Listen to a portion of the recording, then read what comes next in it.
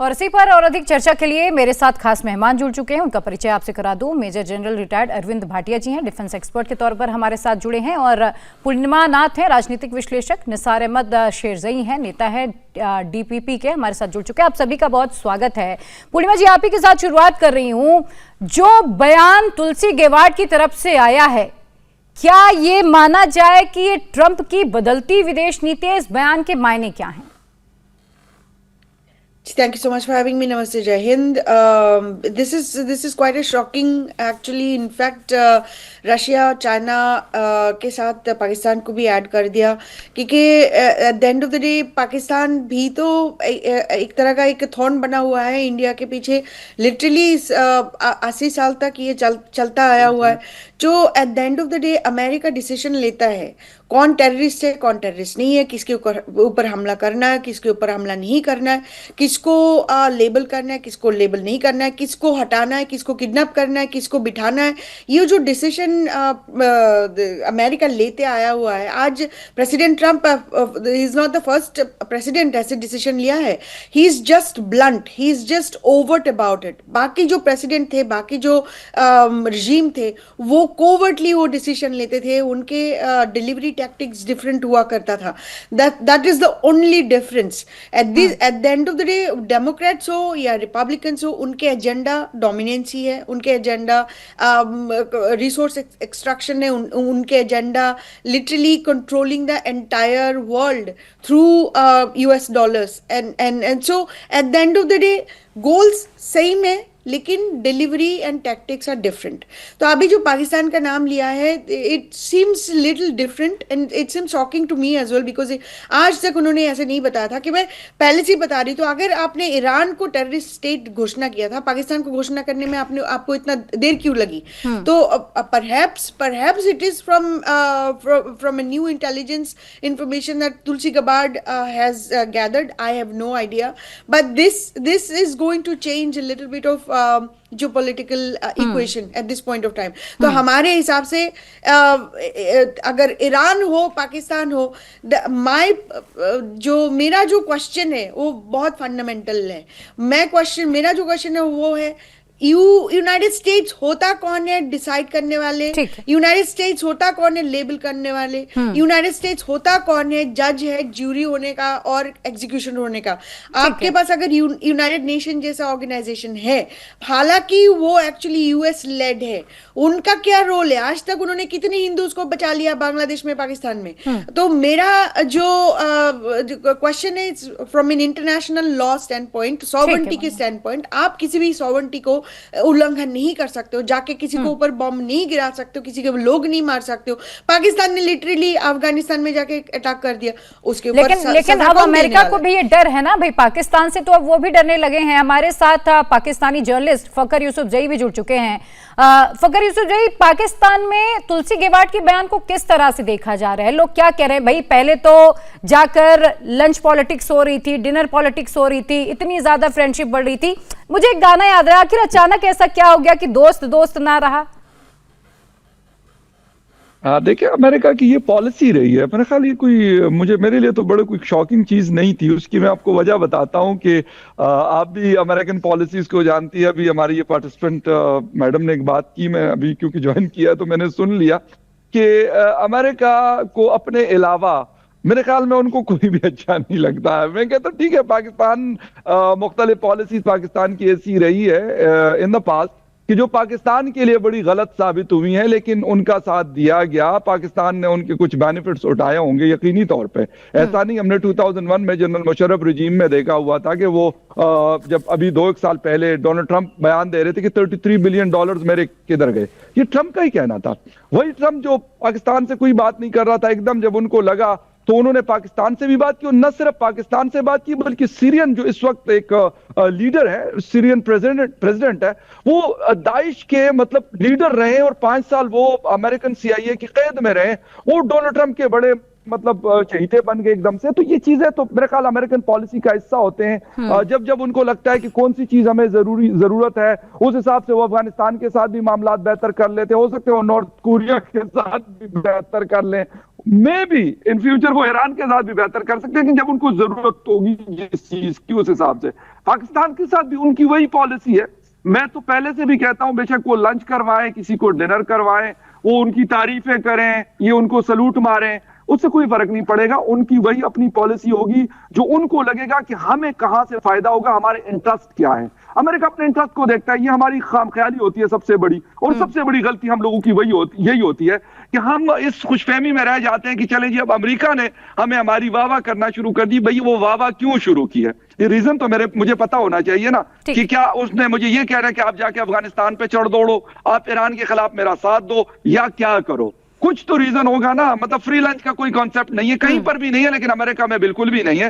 तो ये वाली बात की तुलसी गबार्ड साहिबा ने जो बात की है, मेरे ख्याल में कोई इतनी वो नहीं है, हैरानकुन नहीं है। ये होगा लेकिन क्योंकि ये शुरुआत जहां इतनी दोस्ती अचानक से दिख रही होती है, कुछ टाइम पहले तक इतनी फ्रेंडशिप, और शरीफ साहब जाते हैं तारीफों में कितने कसीदे पढ़ते हैं और कहते भाई ट्रंप साहब को तो नोबेल प्राइज मिल जाना चाहिए जब वो पीस कमेटी में गए थे।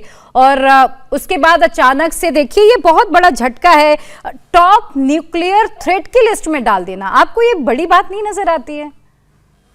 प्रिया, मैंने कहा ना कि मैं ये नहीं कहता कि ये बड़ी बात नहीं है। मैं ये कह रहा हूं कि अगर किसी को ये हमारे यहाँ पाकिस्तान में लगता था कि जी अब तो हमारी तारीफें होती थी, तो भाई वो भी तो वक्त था जब जनरल मुशर्रफ डिक्टेटर था, उसके साथ अमेरिकन प्रेसिडेंट की मुलाकातें 1-on-1 हुआ करती थी। क्यों होती थी? क्या मुशर्रफ बहुत अच्छा आदमी था? नो।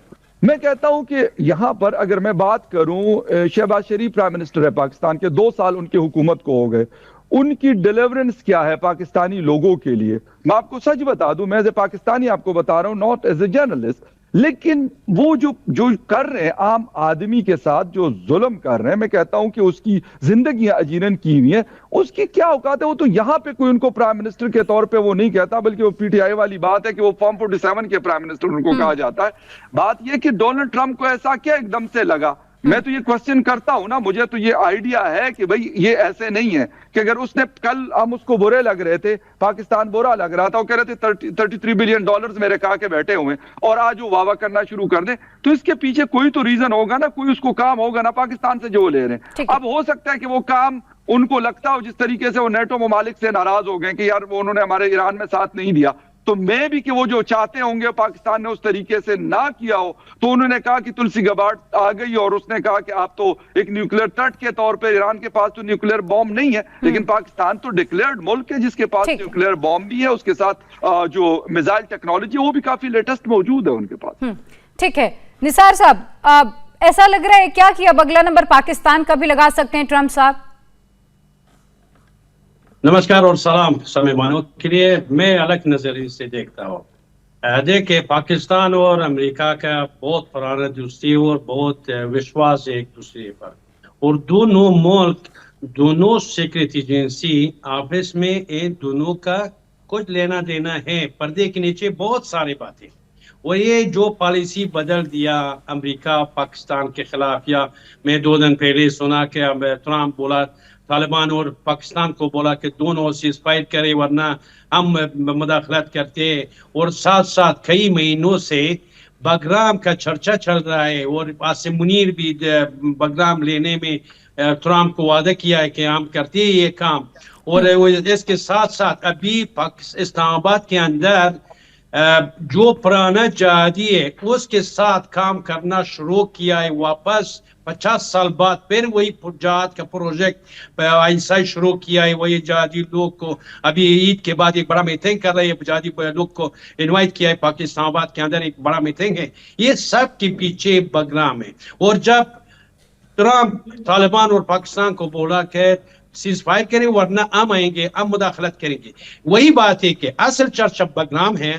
ये लड़ाई तालिबान भी चाहता था कि बगराम एयरबेस अमेरिका को वापस दे दे, वरना तो इसी बात से रूस, चाइना, ईरान और कई एशिया के मुल्क मुखालफत करता था। जैसे कि बहुत सारे 4.5 साल में तालिबान को पैसा दिया, इसी वजह से तालिबान खोल कर और अपने लोगों को जो बोला था कि हम अमेरिका के खिलाफ जहाद किया है, इसी वजह से तालिबान खोल कर ये काम नहीं कर सकता है कि बगराम एयरबेस वापस अमेरिका को दे दे।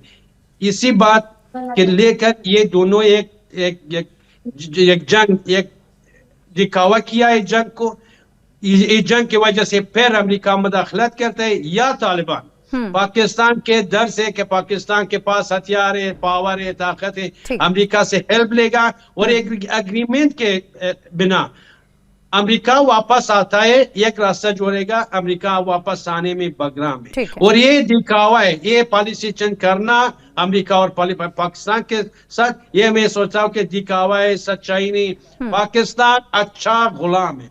आसिम मुनीर, ये जो आसिम मुनीर कहीं बोलता है मुल्ला मुनीर, ये मुल्ला मुनीर भी नहीं, ये मुल्ला भी नहीं, ये मुसलमान भी नहीं। देखे रमजान में अफगानिस्तान बेदफा लोग के ऊपर बम डाला, और अभी जो ईद आया, ईद में सीज फायर ऐलान किया, रमजान में क्यों अटैक किया, रमजान में क्यों मार डाला बेदफा लोग को। अभी ईद आया, पॉलिसी चेंज हो गया, दूसरा प्लानिंग है। ये सीज फायर भी एक प्लान है। आसिम मुनीर इस्लाम के दुश्मन, इंसानियत के दुश्मन, पाकिस्तान के दुश्मन, अफगानिस्तान के दुश्मन और सब मुसलमानों का दुश्मन। और निसार साहब, मुनीर पर तो सवाल खुद उनकी अपनी ही आवाम पूछ रही है ना कि भाई आप तेल में आग में घी डालने का काम तो कर देते हैं, फिर आप गायब हो जाते हैं अचानक से। मैं आऊंगी आपके पास, लेकिन अरविंद भाटिया जी, नॉर्थ कोरिया, रशिया की अगर बात करें, जो न्यूक्लियर थ्रेट की लिस्ट में है अमेरिका के, यहां पर अटैक हो नहीं सकता। चाइना पे अटैक अमेरिका करेगा नहीं, बचा कौन? पाकिस्तान। तो अब पाकिस्तान की तरफ ही सब कुछ नजर आ रहा है कि अब ट्रंप साहब की नीतियां बदल गई हैं अचानक से उनके लिए। प्रिया, इसको हमको इस स्टेटमेंट को पॉलिटिकल एंगल या पॉलिटिकल लेंस से नहीं देखना चाहिए। इसको हमको एक इंटेलिजेंस एंगल से देखना चाहिए और एक पोटेंशियल थ्रेट की तरफ से देखना चाहिए। और अगर आप हिस्ट्री में भी जाएंगी तो चाहे वर्ल्ड ट्विन टावर्स पे अटैक हुआ हो या और भी कोई टेररिस्ट एक्टिविटीज हुई हो, तो तार कहीं ना कहीं, मैं नहीं कहता कि मिडिल ईस्ट से ही जुड़े हों, उसमें पाकिस्तान एंगल जरूर आता है। तो जब एक इंटेलिजेंस असेसमेंट की जाती है और पोटेंशियल देखा जाता है, तो अगर 5 कंट्रीज का नाम लिया जाता है, तो आप अमेरिका के अगर दुश्मनों के या कंपिटिटर्स के नाम गिने तो उसमें पाकिस्तान का नाम आता है, चाहे वो बहुत पीछे और 5वें नंबर पे ही आता है। अब पाकिस्तान के पास देने के लिए कुछ नहीं है। नॉर्थ कोरिया के पास न्यूक्लियर भी दे सकता है, टेक्नोलॉजी भी ट्रांसफर कर सकता है। रशिया के पास उसका कॉम्पिटिटर है, चाइना उसके नंबर 2 पे है और पूरा मैन्युफैक्चरर ऑफ द वर्ल्ड है। ईरान के पास तेल था, उसके पास शियाज की सबसे बड़ी रिलीजियस साइट थी और उसके पास एक आइडियोलॉजी थी, एक वो था। पाकिस्तान के पास क्या था? पाकिस्तान के पास एक जमीन थी, एक स्ट्रैटेजिक ज्योग्राफिक एंटिटी थी उसके पास, और उसके अलावा क्या, टेररिज्म थे और डोंकीज की हाइट थी जो वो एक्सपोर्ट करता था। उसके अलावा उसके पास देने के लिए दुनिया में कुछ नहीं है। या तो टेररिज्म एक्सपोर्ट कर सकता है या वो डोंकीज की हाइट एक्सपोर्ट कर सकता है। तो इन दोनों के अलावा उसके पास कुछ है नहीं। आप ये देखें उसकी जो मिसाइल्स हैं, 1990 में उसने डायरेक्ट नॉर्थ कोरिया से ली, जो नोडोंग उनकी सीरीज थी, उससे अपनी हफ्त, गौरी और ये सब मिसाइल बनाई। 2020 के बाद से जो भी वो मिसाइल बना रहा है, जो शाहीन सीरीज है, वो सब चाइनीज टेक्नोलॉजी से है। तो अगर चाइनीज टेक्नोलॉजी और नॉर्थ कोरियन टेक्नोलॉजी आज मेनलैंड यूएसए पे पहुंच सकती है, तो हो सकता है कि 20 साल बाद पाकिस्तान अगर इस स्टेट में रहे तो उनसे लेके वो भी वैसे इस तरह का एक खतरा दे सके। तो इस बात को उस तरह से एनालाइज करके तुलसी गबार्ड ने बोला है। जबकि मैं ये मानता हूं कि इनके चाहे मिसाइल सिस्टम्स हो या इनकी न्यूक्लियर कमांड अथॉरिटी हो या इनके न्यूक्लियर जो आर्सेनल हो, उस पे सब पे नजर है अमेरिका की, यूएसए के अलावा यूरोपियन देशों की नजर है और उस कंट्रोल है। क्योंकि इनको नकेल इनकी पकड़ने के लिए इनको चाहिए पैसे, और पैसे के लिए ये कुछ भी कर सकते हैं। तो वो जो न्यूक्लियर थ्रेट है 150 से 160 जो बम बोलते हैं, वो कहीं गलत हाथ में ना चले जाए, क्या उनका कंट्रोल किसी और के पास ना चला जाए, या इस तरह की मिसाइल वो डेवलप ना करें। तो वो लॉन्ग टर्म थ्रेट की तरह से उन्होंने इसका नाम लिया है। लेकिन इससे ज्यादा इसमें पॉलिटिकल एंगल लाना, शहबाज शरीफ या आसिफ मुनीर, इस तरह से मैं इसको नहीं देखता। नहीं देखते, ठीक है। पूर्णिमा नाथ, क्या ऐसी ट्रंप की अपनी कोई महत्वाकांक्षाएं थी पाकिस्तान को लेकर? क्योंकि हमने पहले भी देखा जब शरीफ साहब मिले, फिर रेयर मिनरल अर्थ को लेकर भी बातचीत हुई थी। इसके अलावा उन्होंने अपने लैंड को भी इस्तेमाल करने के लिए बहुत सारी बातें हुई थी, बलूचिस्तान को लेकर भी। तो ऐसी कोई महत्वाकांक्षाएं थी क्या ट्रंप साहब की जो पूरी नहीं हो पाई? देखिए, Pakistan is a very interesting entity. उसको तो मैं एक्चुअली नेशन के हिसाब से मैं नहीं मानती हूँ। वो एक प्रॉक्सी के हिसाब से क्रिएट करा गया है इंडिया का डेवलपमेंट को चेक में रखने के लिए। तो हमेशा लड़ते रहोगे तो आप बढ़ोगे नहीं तो फिर आपको आपसे जो $65 ट्रिलियन चोरी किया था, जो वेस्टर्न कंट्रीज ने चोरी किया था, उसको वापस देने का आप बातें नहीं करोगे कि आप आपके literally you will be busy trying to figure out how to put food on the table. तो लेकिन वो हुआ नहीं। सब 80 साल में इंडियन बढ़ के अभी लिटरली इंजीनियर, डॉक्टर, लॉयर्स ऐसे बन रहे, कंपनी के सीईओ बन रहे। यहाँ पे भी अमेरिका में आप 50 टॉप कंपनी उठा के देख लीजिए, इंडियन सीईओ आपको मिलेंगे। लिटरली उनको अभी ऐसे कैंपेन चलाया जा रहा है, उनको हटा के अमेरिकन व्हाइट लोगों को बिठाने का कोशिश कर रहा है। आप एडोबी का देख लीजिए, अभी रिसेंटली शांतनु नारायण अभी ही is going to be stepping down from CEO position. उसको रिप्लेस कौन कर रहा है देख लीजिए। अब पाकिस्तान की बात कर रहे हैं। पाकिस्तान को तो थ्रेट घोषणा किया है तुलसी गब्बार्ड ने। 2 दिन पहले ट्रम्प के रिलीजियस पैनल और जो यूएससीआईआरएफ है, उन्होंने आरएसएस और रॉ को बैन करने के लिए बात किया है। तो इंडिया को country of particular concern define करने के लिए तो वो काफी साल से पीछे पड़े हुए हैं। लिटरली यहाँ पे जो कुछ ग्रुप्स है, क्रिश्चियन ग्रुप्स है, इंडियन क्रिश्चियन ग्रुप्स है, इंडियन मुस्लिम ग्रुप्स है, ये लोग कोलैबोरेट करते हैं और यूएससीआईआरएफ के साथ काम करते हैं। जो उनके जो कमिश्नर है वो कहाँ से है, वो देख लीजिए। पाकिस्तान के साथ कितना उनका घनिष्ठ संबंध है, आप देख लीजिए उनकी। तो ये जो पाकिस्तान के साथ जो खेला है, जो रिश्ता है इनका बहुत पुराना है। ये इनको नचाते रहेंगे, पैसा भी देते रहेंगे आईएमएफ से, वर्ल्ड बैंक से, ऐसे ही उनको यूज करते रहेंगे। और इंडिया को क्या करना है कि पाकिस्तान को जो भी हो, इंडिया को अभी आगे बढ़ना है। अगर लेकिन पूर्णिमा जी, यहाँ पर जहाँ पे न्यूक्लियर थ्रेट की जब बात आई तो इंडिया का नाम नहीं लिया गया, फ्रांस का नाम नहीं लिया गया। नाम किनका लिया गया? चाइना, रशिया, नॉर्थ कोरिया और ईरान के साथ उसमें एक नाम जुड़ गया था, पाकिस्तान का। फखर साहब, क्योंकि अब ये तो तय हो गया है कि व्हाइट हाउस ने जो निगाहें करम पाकिस्तान की तरफ की थी, अब वो उन्होंने फेर ली है। अब वो उसे सहयोगी देश तो कम से कम नहीं मान रहे हैं। फंस कहाँ जाता है पाकिस्तान बार बार? रशिया, चाइना के बीच में, यूएस के बीच में कुछ स्टैंड क्यों नहीं क्लियर कर पाते?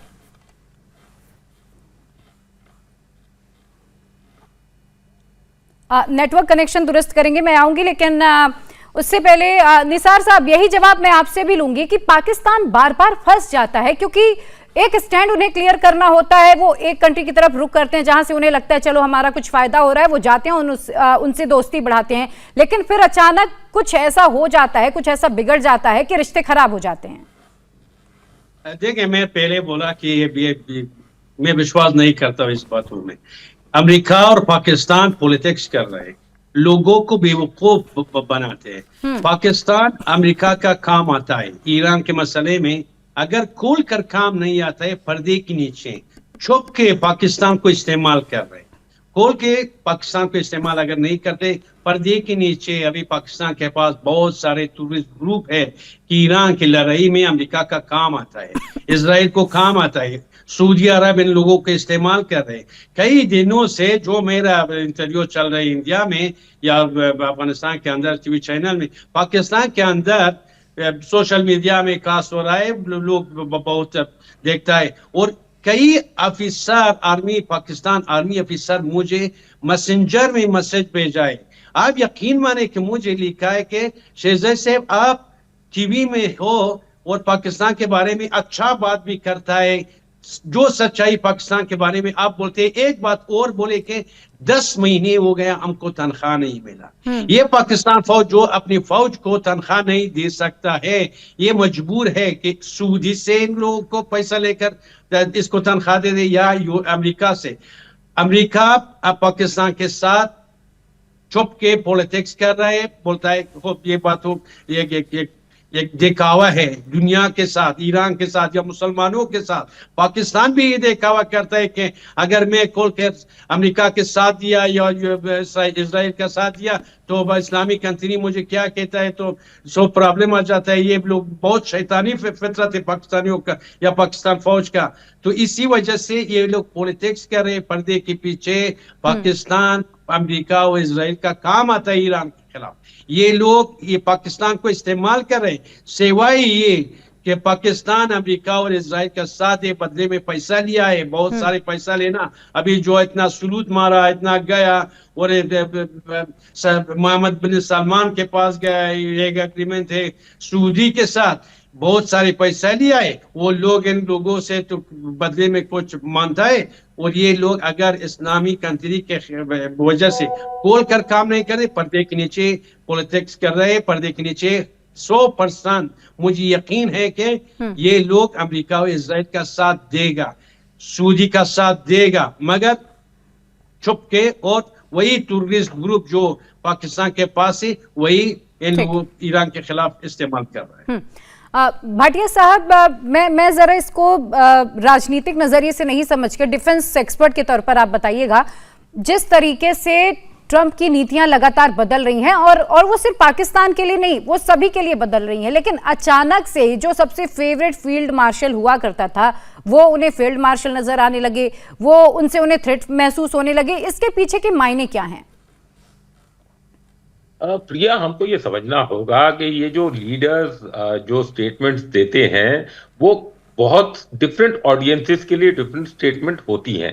कुछ अपनी डोमेस्टिक ऑडियंस के लिए होती है, कोई इंटरनेशनल कम्युनिटी के लिए होती है, कुछ अपने परसेप्शन वो जो मैनेजमेंट करने के लिए होती है, कुछ मोरल बूस्ट करने के लिए होती है। उसमें पाकिस्तान कहीं भी नहीं आता।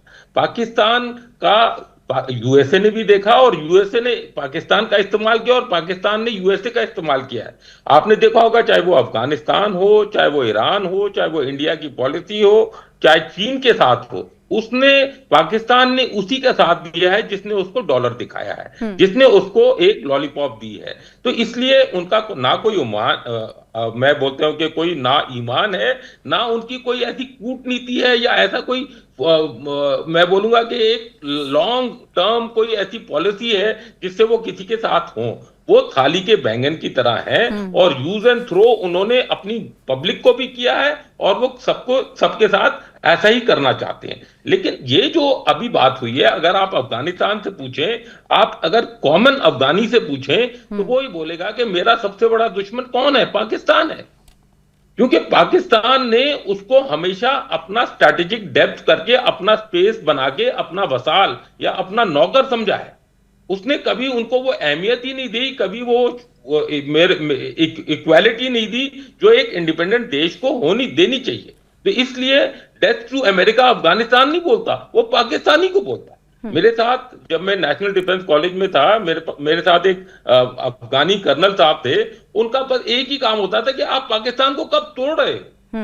तो ये इतनी खौफ के साथ साथ इतनी उनसे नफरत है अफगानियों की कि और वो उसको बढ़ाते जा रहे हैं और अब एक जरिया बन गया, एक फेस आ गया है जो कि आसिम मुनीर बन गया है वो। तो इसलिए अब आप देखेंगे कि जो तुलसी गबार्ड जो लॉन्ग टर्म थ्रेट सोच रही है पाकिस्तान से, वो पाकिस्तान इस हालत में होगा ही नहीं। उसका ज्योग्राफी भी इस तरह नहीं होगी, एज अ कंट्री वो नहीं होगा कि इस तरह की जो थ्रेट वो लॉन्ग टर्म में यूएसए को छोड़ो, भारत को या विश्व में कहीं किसी और देश को दे सके। मेरा ये मानना है, क्योंकि जब ये इस तरह के देश होते हैं, ये इंटरनली इतने ज्यादा अब खोखले हो गए हैं, इकोनॉमिकली इतने वीक हो गए हैं कि ये इंप्लोड करने की कगार पे हैं। और आपने जैसे देखा होगा कि अब ये इकोनॉमिक वॉर की तरफ चली गई है। ये मिलिट्री टारगेट्स के अलावा अब गैस और ऑयल के पाइपलाइंस और उनकी रिफाइनरीज में अटैक हो रहा है और इससे तेल और गैस की किल्लत जो है और इकोनॉमी में बहुत बड़ा लॉन्ग टर्म असर पड़ने वाला है। और जो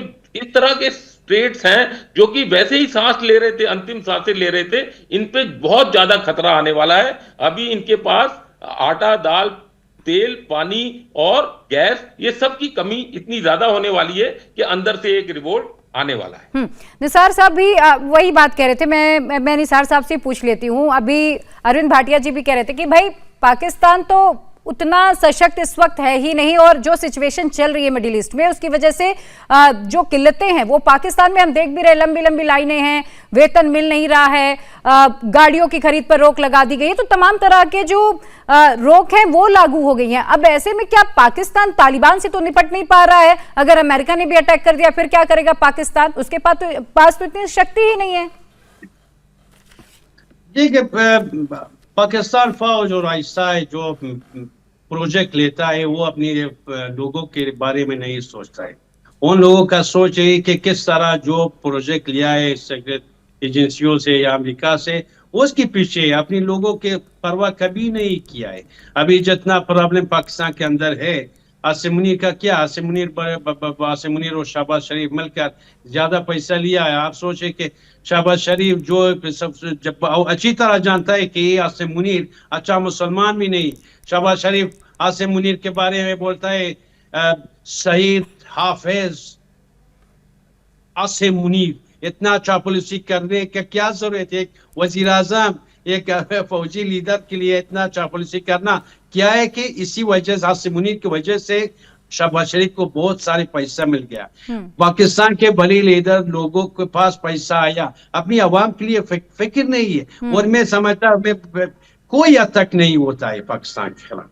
आसिम मुनीर सब पर्दे के पीछे जो बातें हैं, अभी सोचे जो पहले अटैक किया तो करीब 10 दिन पहले जो आधी रात पाकिस्तान अफगानिस्तान के ऊपर पक्या, बरमाल को ननगरहार में अटैक किया, अगले दिन जो जानकारी, जो इंफॉर्मेशन मेरे पास है, अगले दिन शहबाज शरीफ गया कतर, और अफगानिस्तान से जो तालिबान की सेक्रेटरी एजेंसी के लीडर है वसीक, वो भी गया कतर। ये दोनों क्या बातचीत किए पर्दे के पे? उधर अमेरिकाई ऑफिसर भी था। ये इन लोगों के बीच क्या तय हुआ?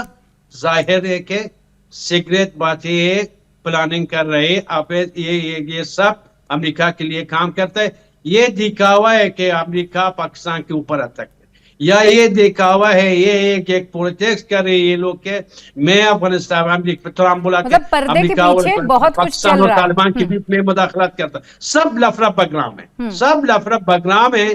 जैसे कि ये लड़ाई जो ईरान और अमेरिका के चल रहा है, इसी वजह से बगराम बहुत इंपॉर्टेंट है अमेरिका के लिए, और सब पावर डालता है। और देखिए अभी जो आसिम मुनीर वो फिर से जहाद का प्रोजेक्ट शुरू किया है, जहादी लीडर फिर वापस बुलाया इस्लामाबाद में। बहुत बड़ा खेल आसिम मुनीर शुरू किया है शहबाज शरीफ से मिलकर। बिल्कुल, और जब सेना ही सब कुछ कंट्रोल करने लगे तो वहां परिस्थिति ऐसी बन ही जाती है। पूर्णिमा नाथ, पर्दे के पीछे अमेरिका में क्या चल रहा है? जब इस तरीके के बयान आते हैं तो वहां के लोग इस बयान को किस तरह से देखते हैं? देखिए, रेगुलर जो एवरेज ऑर्डिनरी पीपल है उनको कुछ जियोपॉलिटिकल के हिसाब से उनको समझ में नहीं आता। उनको प्रेसिडेंट ट्रम्प जो बोलेंगे वही बेसिकली उनका बाइबल है। ट्रम्प अभी सिर्फ प्रेसिडेंट ऑफ अमेरिका नहीं है, वो literally empire of the world बन चुका है। अब वो एम्पायर भी छोड़िए, वो जीसस क्राइस्ट की अब थोड़ी दिन के बाद जीसस क्राइस्ट को हटा के वो डोनाल्ड ट्रम्प को पूजा करेंगे। ये हालत हो चुकी है अमेरिका की, especially on the MAGA base, on the white Christian supremacist base में। So ये रेगुलर लोगों को आप कुछ any एवरेज पर्सन को अगर आप जियोपॉलिटिकल सिचुएशन के आप बोलेंगे, उनको कुछ भी नहीं पता। उनको इनके हिसाब से सबको आप बॉम्बिंग करो, सबको उड़ा दो, और America is the super power. That is the mentality they have.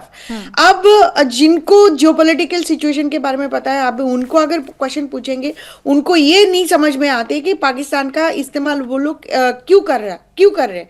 अगर आपको डेवलपमेंट ही चाहिए था तो आप इंडिया के साथ क्यों नहीं थे? 80 साल तक आप इतना क्यों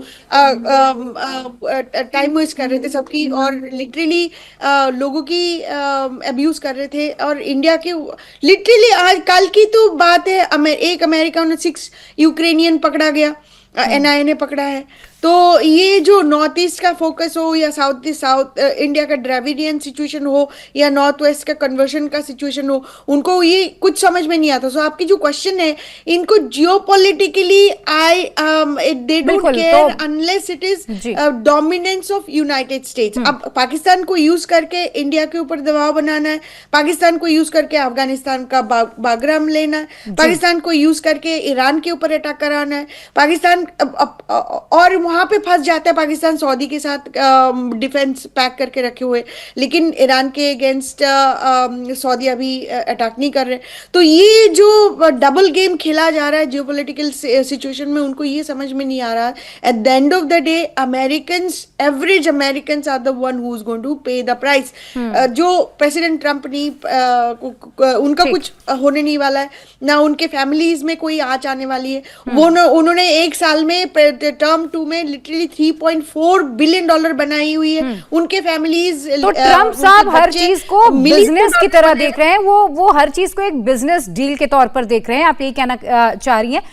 भाटिया साहब, चूंकि इस बयान के बाद जो तुलसी गेवार्ड का बयान आया, और ये तो साफ है कि ट्रम्प साहब की मर्जी के बगैर तो ये बयान आया नहीं होगा, एक अंतरराष्ट्रीय स्तर पर हलचल जरूर मच गई। और पिछले कई समय से ट्रम्प साहब भी ये कह रहे थे कि भाई जो परमाणु हथियार है वो सुरक्षित हाथों में रहना चाहिए, और बार बार इस बात को वो दोहराते रहे। लेकिन इतना लंबा वक्त उन्हें आकर यहाँ पर लग गया ये कहने में कि भाई अब पाकिस्तान भी लॉन्ग टर्म में देखा जाए तो एक थ्रेट की तरह है।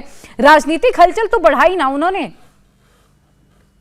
बिल्कुल, ये राजनीतिक हलचल बड़ी है, लेकिन अगर आप देखें तो पाकिस्तान का, छोड़ दें ये 3-4 महीने पहले या जो लंच डायनेमिक्स या लंच पॉलिटिक्स आपने बोली थी उसके बाद, लेकिन अगर आप देखें, अगर वॉर ऑन टेरर नहीं होती और या अफगानिस्तान में यूएसए की एंट्री नहीं होती तो पाकिस्तान की कोई रेलेवेंस थी नहीं। अब उसमें रेयर अर्थ एलिमेंट्स अगर आ भी जाएंगे तो मेरे को लगता है कि बलूचियों के साथ उन्होंने बातचीत शुरू कर दी होगी। अगर चाइना को अपने जो गोल्ड माइंस में जो उसका इन्वेस्टमेंट है, या उसके जो उसने जो सीपेक में अपना इन्वेस्टमेंट किया है, उसके लिए उसने पश्तून से, गिलगिट बाल्टिस्तान में अफगानियों से और बलूचिस्तान से बातचीत कर दी होगी, क्योंकि राइटिंग ऑन दी वॉल बड़ी क्लियर है कि पाकिस्तान इस स्टेट में पूरी विश्व में किसी के काम का नहीं है। और आप ये देखें कि 118 रुपए डॉलर एक बैरल हो गया है, ये $70 से नीचे था 20 दिन पहले। तो ये क्या पाकिस्तान उस आर्थिक स्टेट में है कि वो अपने आप को इस टाइम में सरवाइव कर सके? नहीं, उसको चाहिए पैसे। और मैं तो ये कहता हूं, ये कि पाकिस्तानी जर्नलिस्ट आपने रिपोर्ट में दिखाई थी, वो बोल रहे 1 लाख सैनिक तैयार हो रहे हैं, 6.5 लाख तो उनके पास टोटल सैनिक है। वो सैनिक खुशी मना रहे होंगे कि मैं कोई अफगान बॉर्डर पे नहीं हूं, या मैं बलूचिस्तान में डिप्लॉयड नहीं हूं, या मैं केपीके में डिप्लॉयड नहीं हूं, मैं तो यहां ज्यादा मरने की मेरे को आशंका है, ना कि सऊदी अरेबिया में जाके और वहां जाके कुछ बेचारा 10 पैसे और एक्स्ट्रा कमा भी लेगा। तो इसलिए ये जो इतनी सारी प्रॉब्लम से घिरा हुआ, क्या वो आप सोच सकते हैं कि 1 लाख की फौज, जो ऑलमोस्ट 1/6 ऑफ योर फौज, आप तैयार हो जाए किसी और देश में भेजने के लिए? तो ये सब अभी म्यूटनी जो होने वाली है, ये सब भगौड़े होने वाले हैं, क्योंकि तनख्वाह नहीं मिल रही, ना कोई हथियार या असला खरीदने के लिए पैसे हैं उनके पास, तो कैसे ये सरवाइव करेंगे? इस पे एक बहुत बड़ा सवालिया निशान है। हलचल जरूर हुई है वर्ल्ड में कि ये पाकिस्तान का नाम कैसे आ गया, लेकिन अगर आप इसको लॉन्ग टर्म देखें तो ये होना ही था। तो ये कोई, इसमें मेरे को कोई सरप्राइज नहीं लगता। निसार साहब, अफगानिस्तान में लोग इसे कैसे देखते हैं? क्योंकि भाई ये तो सबको पता है, और अभी यही बात पूर्णिमा नाथ भी कह रही थी कि भाई ट्रम्प साहब हर चीज को बिजनेस डील की तरह लेते हैं, उन्हें जहां पर फायदा दिखता है तो वो दोस्ती बढ़ाने में हिचकाते नहीं है, और वही स्थिति पाकिस्तान की भी है। देखिए, अफगानिस्तान में 2 नजरिए है। एक जो मीडिया तालिबान के लिए बहुत बात करते हुए कोशिश कर रहे हैं कि अफगानिस्तान लोग का विश्वास या भावनाओं के साथ खेलना, जो पाकिस्तान अफगानिस्तान के साथ 50 साल से ज्यादा जुल्म किया, इसी जुल्म की वजह से, और ये लड़ाई जो शुरू किया, ये लड़ाई और ये जुल्म पाकिस्तान, ये इससे अफगानिस्तान भावनाओं के साथ खेले और इससे फायदा उठाने में है तालिबान। और आम अफगानिस्तान लोग पाकिस्तान के ऊपर भी विश्वास नहीं करता है, तालिबान से भी विश्वास नहीं करता है। क्यों? बिल्कुल। पाकिस्तान अमेरिका के लिए काम करता था, काम करता है, और पाकिस्तान की फितरत यही है कि सिटीजनशिप के लिए काम करो और ये प्रोजेक्ट और अब सर पाकिस्तान की फितरत पर अमेरिका भी इस वक्त भरोसा नहीं कर पा रहा है, और इस वक्त अब अमेरिका को भी लग रहा है कि पाकिस्तान पे आगे हम भरोसा नहीं कर सकते। आप सभी मेहमानों का बहुत शुक्रिया मेरे साथ इस पूरी चर्चा में जुड़ने के लिए।